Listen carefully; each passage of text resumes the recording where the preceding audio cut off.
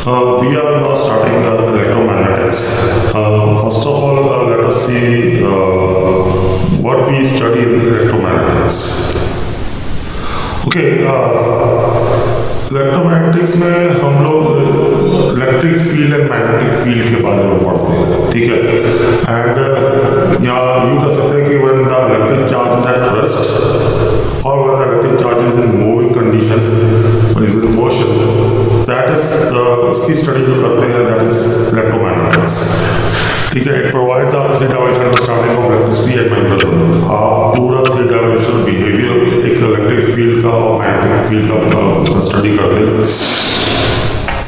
और इसको पढ़ना इसलिए भी जरूरी है क्योंकि अगर आपको इलेक्ट्रोमैग्नेटिक्स का कंसेप्ट क्लियर नहीं है, यू कैन नॉट, बहुत से ऐसे इलेक्ट्रिकल डिवाइसेज हैं उसकी फील्ड्स, फॉर एग्जांपल मोटर, उसके जनरेटर, इलेक्ट्रिकल मशीन्स हैं जिसमें फील्ड वाइंडिंग्स और फील्ड्स के बारे में अंडरस्टैंडिंग होनी बहुत ज़रूरी है। इसके अलावा और बहुत से ऐसे इलेक्ट्रोमैकेनिकल कंपोनेंट्स हैं जो जहाँ पर इलेक्ट्रोमैग्नेटिक फील्ड की अंडरस्टैंडिंग होना बहुत ज़रूरी है। इलेक्ट्रॉनिक सिस्टम में भी बहुत सारे ऐसे डिवाइसेस हैं जहाँ पर इलेक्ट्रोमैग्नेटिक कंसेप्ट यूज़ होता है।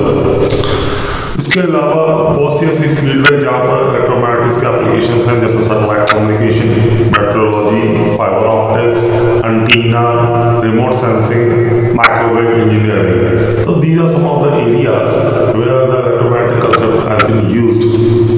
अब इलेक्ट्रोमैग्नेटिक्स को अच्छे से स्टडी करने के लिए तो सबसे फंडामेंटल टॉपिक, फंडामेंटल चीज़ आपको आनी चाहिए, दैट इज वेक्टर्स। वेक्टर्स का कंसेप्ट आपको बिल्कुल क्लियर होना चाहिए क्योंकि जब भी फील्ड की हम बात करते हैं तो there are two type of field, scalar field and vector fields, ठीक है। तो आपको vector analysis, vector algebra, vector calculus, इसका कंसेप्ट बहुत अच्छे से क्लियर होना चाहिए, तो आप फील्ड की कैलकुलेशंस करने में ईजी हो जाता है। देखो यहाँ लिखा भी हुआ to which act as a shorthand to understand the behaviour of electric field and magnetic field is vector analysis. Okay, now अगर हम बात करें फिजिक्स की या इलेक्ट्रोमैग्नेटिक्स की, तो पूरी फिजिकल क्वांटिटीज को ब्रॉडली क्लासिफाई कर सकते हैं scalar quantities and vector quantities. Scalar quantity वो होती है जिसका सिर्फ मैग्नीट्यूड होता है और कोई डायरेक्शन नहीं होता है। For example mass, temperature, work, charge, इन सब की मैग्नीट्यूड्स हैं but they doesn't have any direction. They are normally का नोटेशन हम लोग अल्फाबेट से करते हैं, ऐसे लेकर जेड तक कोई भी अल्फाबेट यूज कर सकते हैं according to the physical quantity, ठीक है। और वेक्टर क्वांटिटी वो होता है जहाँ पर मैग्नीट्यूड के साथ साथ उसका कोई डायरेक्शन भी हो, किसी पर्टिकुलर डायरेक्शन को शो कर रहा हो। फॉर एग्जाम्पल इलेक्ट्रिक फील्ड भी XYZ डायरेक्शन में डिनोट कर सकते हैं। ऐसे मैग्नेटिक फील्ड, वेलोसिटी, फोर्स, इन सब की डायरेक्शंस होती है। इनका नोटेशन सिंपल है कि अल्फाबेट्स यूज करते हैं ए से लेकर जेड तक और उसके टॉप पर एरो लगा देते हैं, ठीक है। जैसे कि यहाँ पर शो भी कर रखा है, ठीक है, यहाँ पर शो भी कर रखा है,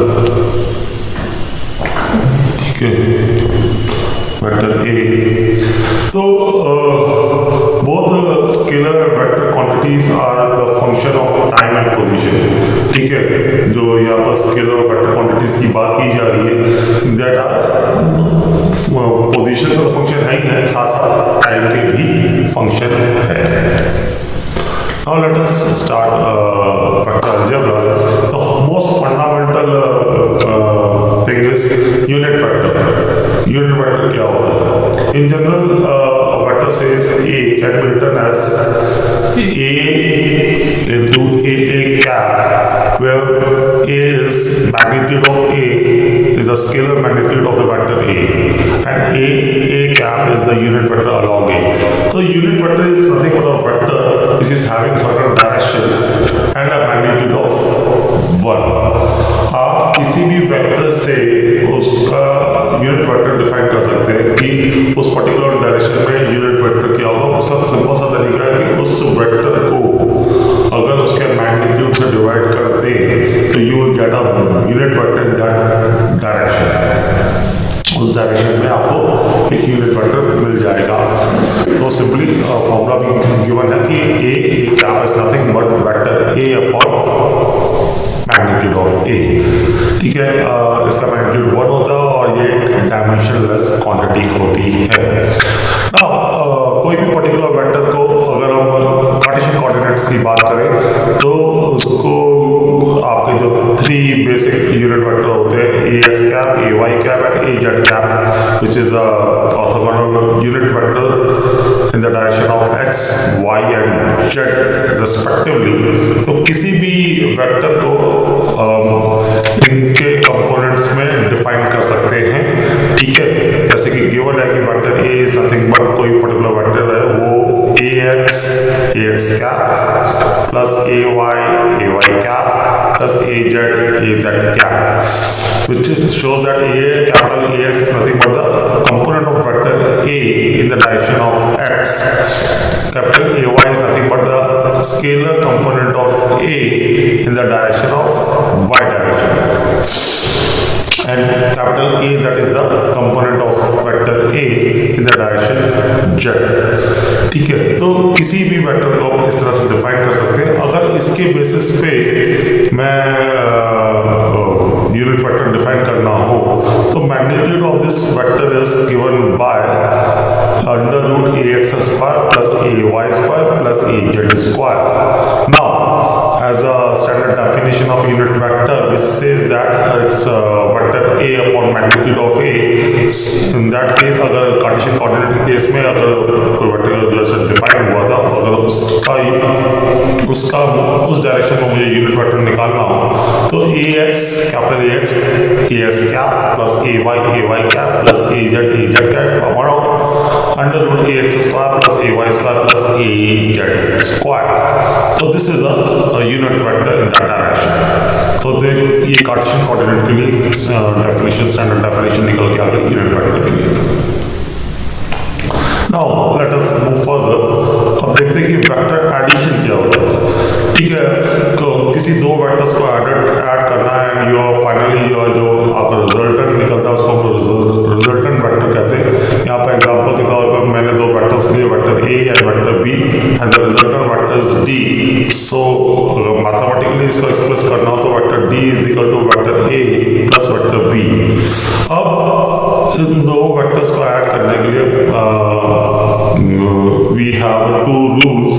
One is parallelogram rule and other one is head to tail rule. ये diagrammatically rules है, इसको देखते हैं।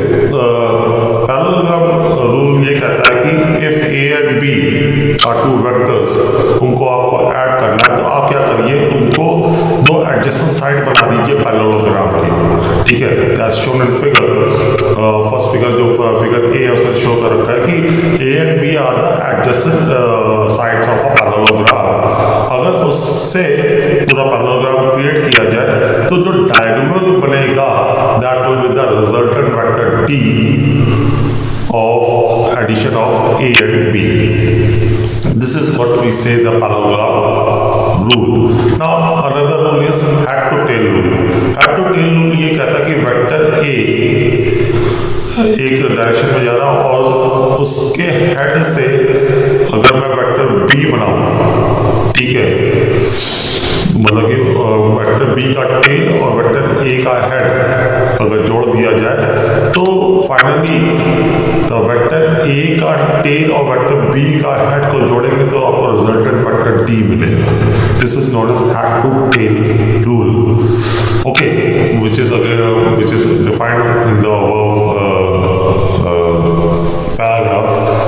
मैं इसको एक बार रीड भी कर दे रहा हूँ। Parallelogram rule, according to this rule the vector A and B to be added are represented as the two adjacent sides of the parallelogram and the resultant vector D is given by the diagonal of the parallelogram. And the second rule is head to tail rule. According to this rule, from the two vectors to be added, the head of the one vector is joined with the tail of another vector. First up, the line joining the head and tail of the vectors gives the resultant vector forming a triangle, as shown in figure. Okay, तो मैंने explain किया उसी तरह से define हुआ है। These are the two pictorial और diagrammatic rules of adding the two vectors। अगर कार्टेशियन कोऑर्डिनेट में बात करें तो आप कह सकते हैं कि simply it will B ax plus bx ax cap, ay plus by ay cap, cx plus cy az cap, sorry cz plus az plus bz into az cap. Okay, so in this way you can do vector addition of two vectors in the component form. Now, vector addition obeys the following laws, that is commutative law, that which says that vector a plus b is equal to b plus a. अगर आप उसको reverse भी कर देंगे तो vector addition में कोई change नहीं है. It obeys the associative law which says that vector a plus in the bracket of b plus c is equal to vector a plus vector b in the bracket plus vector c. It obeys the associative law. It obeys the distributive law over scalar multiplication. If you are multiplying a scalar to addition of two vectors as shown in the below line, alpha is multiplied, which is a scalar, to the two vectors a plus b which is added in the bracket, you will be getting alpha a plus alpha b. This is what we say that it is a distributive law over scalar multiplication. Now let us move further. Let us see the vector subtraction. Vector subtraction is nothing but the simply a special condition of addition. When you say that particular two vectors, let us subtract a vector b from vector a, the resultant vector let it be vector f. So vector f is nothing but a minus b, which can be written as vector a plus minus of vector b. You are जैसे मैंने कहा कि it is a special case of addition. यहाँ पर मैं vector B की direction change कर रहा हूँ, ठीक है. I am doing negative B. If for example if the vector B is in the north direction, it will be minus B, it will be south direction. Okay, तो आप simply subtraction में क्या कर रहे हैं कि एक वेक्टर को रिवर्स कर दे रहे हैं, इसका डायरेक्शन चेंज कर दे रहे हैं, and then you are adding and you are finally performing the subtraction part. Again, in this case, अगर rule apply करें, parallelogram rule and the head to tail rule, तो कुछ इस तरह से होगा कि वेक्टर b जो आपको दिख रहा है सामने parallelogram law में, वेक्टर b को मैंने माइनस b किया again and forming the parallelogram, and the vector f is nothing but the diagonal of that parallelogram which is created by vector a and minus vector b. ऐसे ही head to tail rule में मैं क्या कर रहा हूँ कि vector a और b के केस में मैंने वेक्टर को उल्टा कर दिया, ठीक है. तो अब f यहाँ पर हेड टू हेड का कोलिजन हो रहा है, ठीक है. तो यहाँ पर टेल टू टेल जो मीट कर रहे हैं that is vector f. Again in the component form, अगर कंपोनेंट फॉर्म में आते हैं तो vector a minus vector b is nothing but ax minus bx into ax cap plus ay minus by into ay cap plus az minus bz into az cap. This is what we say vector subtraction. Now let us see a numerical. If a vector a is given as 10ax cap minus 4ay cap plus 6az cap and vector b is 2ax plus ay, you have to find the component of a along ay cap, and in the second part you have to calculate the magnitude of 3a minus b, and the third part unit vector along a plus 2b. Now let us see the first part which says that find the component of a along ay. Simply you will go to the vector a which says it is equal to 10ax cap minus 4ay cap plus 6az. You will see that ay component is simply the component of a along ay is nothing but minus 4 which is along ay cap. So AY capital AY is nothing but -4. This is the first answer for the first part. Now let us move to the second part, which says that you have to find the magnitude of 3A minus B.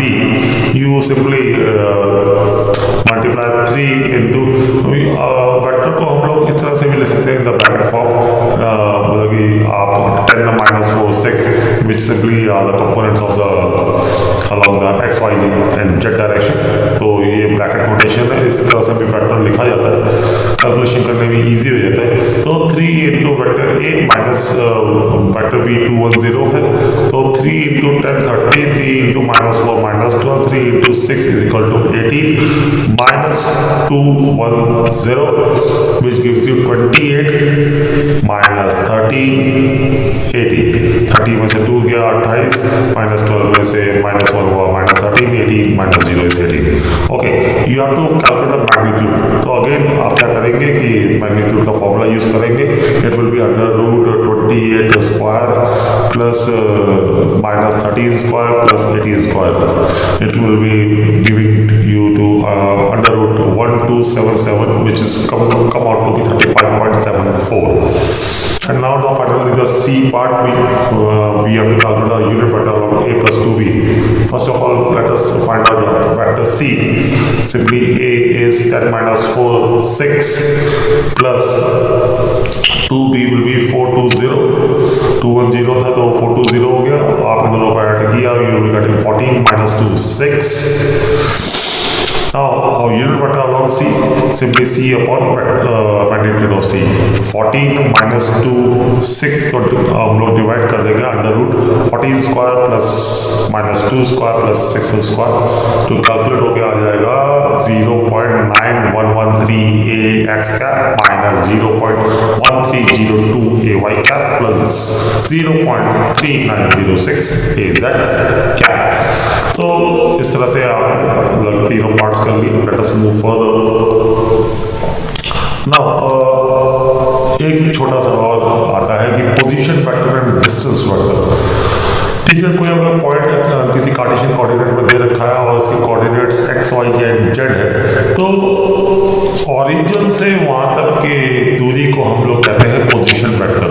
दूरी कह लो या वहां तक के vector को कहते हैं position vector. तो पोजीशन वेक्टर नॉर्मली हम लोग RP और रेडियस वेक्टर भी कहते हैं इसको.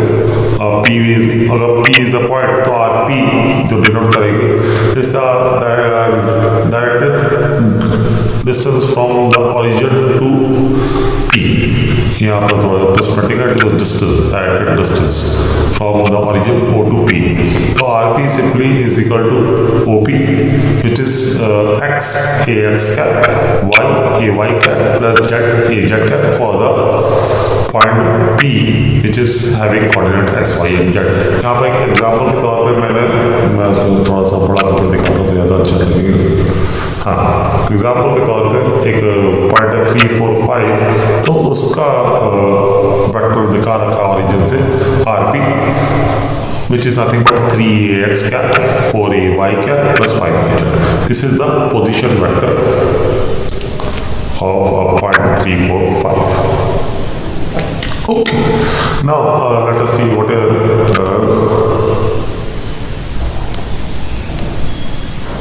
sorry, what is the second? Okay, now the next distance vector is the displacement from one point to another. अगर आपके 2 points दे रखे हैं, ठीक है, आपकी point one is let it be P1 which is slightly ज़्यादा, let it be P and other point be Q. एक P point का जो कोऑर्डिनेट्स है SP YP ZP है और Q का कोऑर्डिनेट्स SQ YQ ZQ है. Now distance vector is the displacement from P to Q. P से Q तक का जो वेक्टर होगा वो सिंपली RQ माइनस RP होगा. RQ means position vector of Q minus position vector of P. तो अगर इसको करें तो सिंपली क्या आएगा, XQ माइनस XP AX क्या, YQ माइनस YP AY क्या and ZQ minus ZP AZ क्या.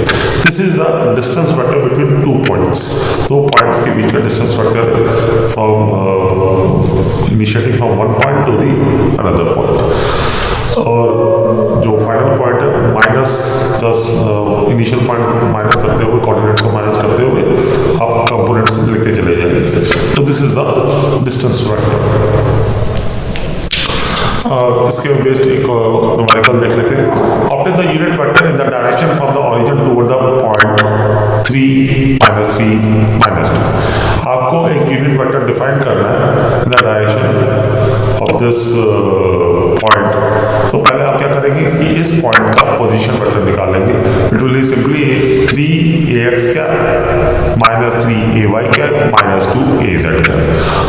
और इसका अगर मैग्नीट्यूड कैलकुलेट करना होगा, क्योंकि हमें यूनिट वेक्टर निकालना है, तो unit vector is nothing but the vector upon magnitude of that vector. तो magnitude of this vector will be simply 3 का स्क्वायर प्लस 3 का स्क्वायर प्लस -2 का स्क्वायर। ठीक है, तो नीचे दे रखा है magnitude of OP is √3 square -3 square -2 square which is given to be 4.6904। अगर इस और फिर अगर यूनिट वेक्टर निकालेंगे तो सिंपली 3ax क्या -3ay क्या -2az क्या divided by 4.6904 you will be getting 0.6396ax क्या -0.6396ay क्या -0.4264az। तो ये फाइनली आपका यूनिट वेक्टर आ गया इन the direction of the position vector on a point P. Okay, let us move to the next numerical. Next numerical में ये कहना है कि आपके पास दो पॉइंट्स है, point P which is 0, 2, 4 and the Q is -3, 1, 5.